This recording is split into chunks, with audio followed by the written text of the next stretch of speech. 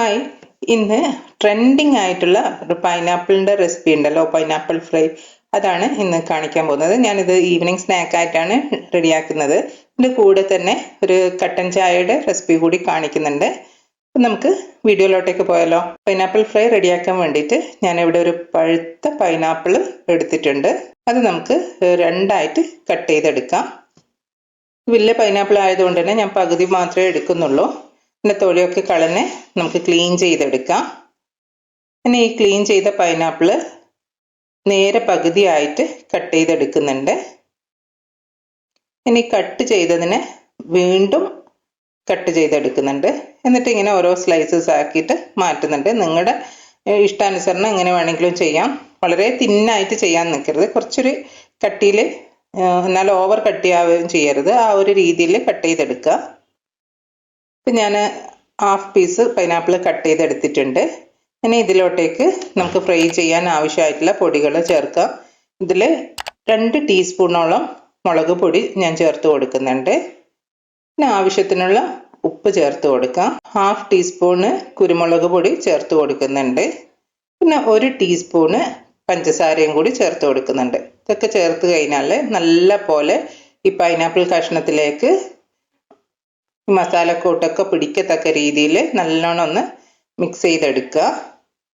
ഇനി മിക്സ് ചെയ്ത് വെച്ചിട്ടുള്ള പൈനാപ്പിൾ ഒരു പാനിലോട്ടേക്ക് ഓയിൽ ഒഴിച്ച് കൊടുക്കുന്നുണ്ട്. കുറച്ച് ഓയിൽ ഒഴിച്ച് കൊടുത്താൽ മതി. എന്നിട്ട് പൈനാപ്പിൾ കഷ്ണങ്ങൾ ഓരോന്നായിട്ട് വെച്ച് കൊടുത്ത് നമുക്കൊന്ന് ഷാലോ ഫ്രൈ ചെയ്തെടുക്കാം. തിരിച്ചും മറിച്ചും ഇട്ടിട്ട് ഒന്ന് ഫ്രൈ ചെയ്തെടുക്കുന്നുണ്ട്. പൈനാപ്പിൾ ആയതുകൊണ്ട് തന്നെ നമുക്ക് വേവിക്കേണ്ട ആവശ്യമൊന്നുമില്ലല്ലോ. അതുകൊണ്ട് പെട്ടെന്ന് തന്നെ നമുക്ക് ഫ്രൈ ചെയ്തെടുക്കാൻ പറ്റും. കണ്ടില്ലേ, ഇതുപോലെ നല്ല മസാലയൊക്കെ പിടിച്ച് പൈനാപ്പിൾ ഫ്രൈ ഇവിടെ റെഡി ആയിട്ടുണ്ട്. ഇതൊരു പാത്രത്തിലോട്ടേക്ക് മാറ്റി കൊടുക്കുന്നുണ്ട്.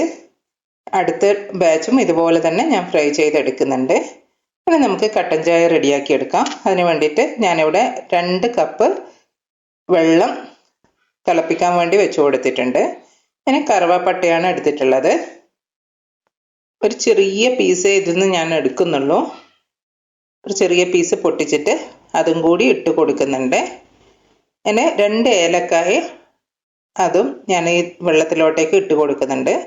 ഒരു ചെറിയ കഷ്ണം ഇഞ്ചി ഞാൻ അരിഞ്ഞ് വെച്ചിട്ടുണ്ട്, അതും കൂടി ചേർത്ത് കൊടുക്കുന്നുണ്ട്.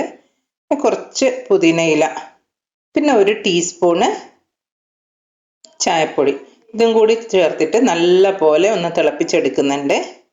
അപ്പം നമ്മുടെ ചായ റെഡി ആയിട്ടുണ്ട്. നമുക്കിത് ഗ്ലാസ്സിലോട്ടേക്ക് ഒഴിച്ചു കൊടുക്കാം. നല്ല ടേസ്റ്റി ആയിട്ടുള്ള ഒരു കട്ടൻ ചായയാണ്. ഒരു തവണയെങ്കിലും ഇതുപോലെ ട്രൈ ചെയ്ത് നോക്കുക. ഇപ്പം നമ്മുടെ പൈനാപ്പിൾ ഫ്രൈയും അതുപോലെ കട്ടൻ ചായയും ഒക്കെ റെഡി ആയിട്ടുണ്ട്. ഞാനൊന്ന് ടേസ്റ്റ് ചെയ്ത് നോക്കാം.